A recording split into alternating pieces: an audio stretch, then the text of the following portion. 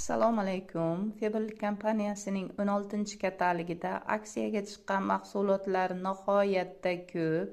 Lekin mana shu mahsulotlar orasida juda ham ifori zo'r, nozik hidli, romantik ehtiroslar va o'zgacha quvonch baxsh etuvchi atir, Purtojor atiri aksiyada, super aksiyada turibdi. Bu Purtojor atiri aslida 1.230.000 so'm, lekin katalog narxi 553.000 so'm. Lekin buni agar siz o'zingiz ro'yxatdan o'tib ichki narxida olmoqchi bo'lsangiz 420 mingga olishingiz mumkin.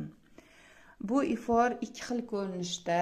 Birinchisi 3 kun hidi turadigan mana bunaqangi katta ko'rinishda 3 kun hidi turib beradi. Hidi juda ham ajoyib. Yuqorida aytib o'tganimdek, romantik ehtiros va o'zgacha quvonch baxsh etuvchi atir hisoblanadi. Bu atirda efer moyi ko'proq qo'shilganligi uchun ham bu 3 kun hidi turib beradi. Mana bunisi esa efer moyi sal kamroq qo'shilgan, bu parfumerniy vada hisoblanadi. Bu 8 soat hidi turib beradi. Bu atirlarni agar mana shu atirni mana bunday efer moyi ko'pala qo'shilgan 3 kun hidi turib beradigan atirni o'zingiz uchun olmoqchi bo'lsangiz, bitta bo'lsin, zo'r bo'lsin deyadigan ayollar uchun bu atirni 420 mingga olishingiz mumkin. Agar shu atir kerak deyadiganlar bo'lsa, murojaat qiling lichkamga yoki telefon nomerimni qoldiraman.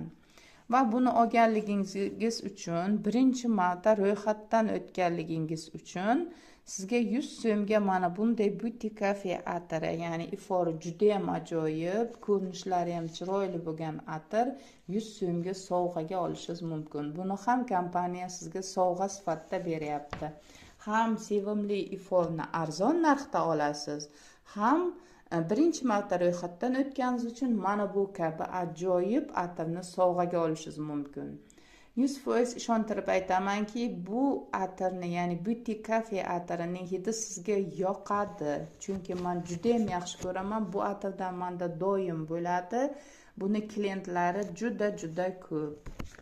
Va bitta buni emas, mana shu katalogda juda ham zo'r aksiya e'lon qilingan.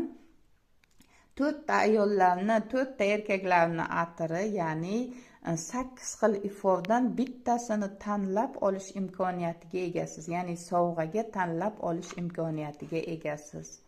Bunaqangi imkoniyatni qo'ldan